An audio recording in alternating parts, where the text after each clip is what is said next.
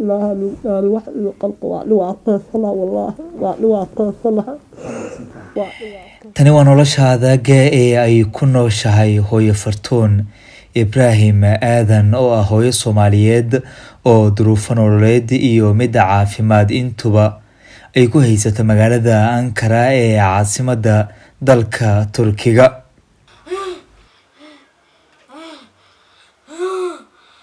hooyadan Soomaaliyeed oo haysata 6 caruur ah ayaa waxaa qayb ka mid ah xubnaheeda ay ku weyday colaadihii sokeeye ee dalka ka dhacay, waxayna naafo ka noqotay aragga iyada oo sidoo kale ka dhaxashay in dhibaato dhinaca hadalka ay soo wajahdo iyo in ay u nuglaato cudurro dheeraad ah.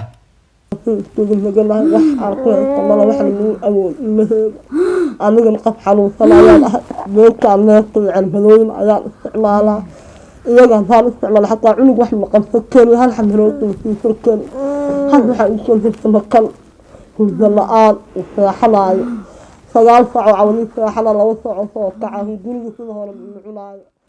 hooyo Fartuun oo hoygeeda ku booqday ayaa waxaan si la mid halkaasi kula kulmay laba ka mid ah caruurteeda oo iyaguna aad ula ildaran cudurrada neerfaha iyo maskaxda. waxaana caruurtan oo ay da'doodu kala tahay 8 jir iyo 4 jir ay wajahayaan xaalado caafimaad kuwa oo xaaladahooda caafimaad wax looga qaban waayay gudaha dalka, taasi oo sababtay in qoyskan Soomaaliyeed ay soo micin bidaan dalka Turkiga, balse duruufaha nololeed ayaa u diiday in qoyskani ay gaaraan xarumaha caafimaad ee dalka Turkiga. waatan Fartuun Ibraahim Aadan oo ka sheekeynaysa xaaladaha nololeed ee ay ku nooshahay iyo sidoo kale xaaladaha caafimaad ee ubadkeeda intuba.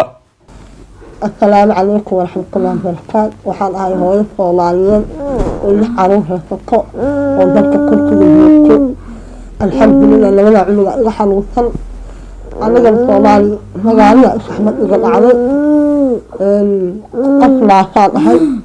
alxamdulillaah goolka meesha waxaa isticmaalaa marka cunugan ayaa iga xanuunsan iga xanuunsan yahay anigana waan xanuunsanahay marka qofkiia isu joognaa marna saliina ikeena halkaan marka saawili u helin ilmaha isbitaal weli ma geysanin waxaa naawi isbitaal aan ku geysana maheeski marka niman dhalinyaraa la teganahay oo halqal ah.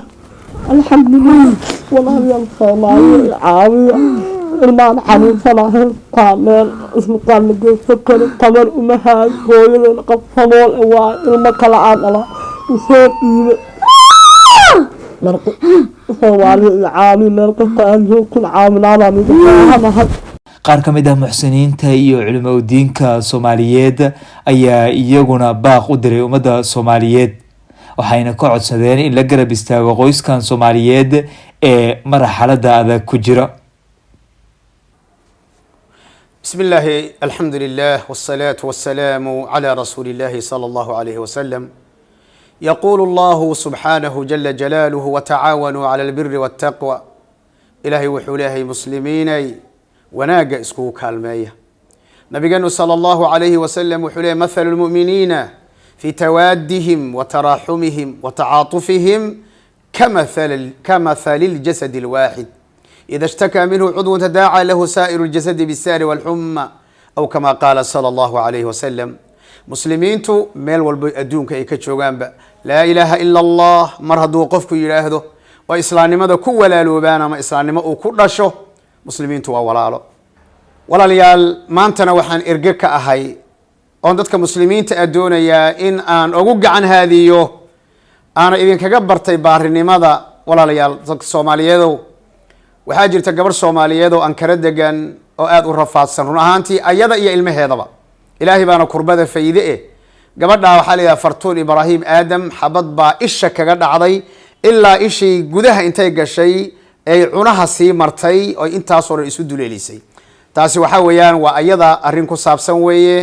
sidoo kale 6 caruur ay leedahay 6daa 2 kamida waa baralays. walaalayaal haddaba waxaan erga maanta mar labaad ka nahay walaalayaal gabadhaasi muslimada ah waxaad ku tari kartaan ood ku caawin kartaan halla ku kalsoonaada حديث النبي صلى الله عليه وسلم ما نقص مال من صدقة صدقة حولها مرنا صدقة من نسخامين أيسو ما أعتين لك قفتان قف يعني نور جيري ولا حيسواي يعني حالة يكونوا شاء والله قف مسلم قف سومالية قف يعني داون كرم لها يعني سأوق قيرون إنسان مركز سومالوين غير لندن وهذا يقعد سنة جاي سومالي هل إسقرب استاجا أنت السنة إسقرب تاجنين وحا كسو بدبادني بقى وإلهي نقول بدبادية بقى يعني هيلا ده أسكو هيلين نواي مركز فمن كان حوق الله قصو هيليا وأنا كم هتسنتين السلام عليكم ورحمة الله وبركاته.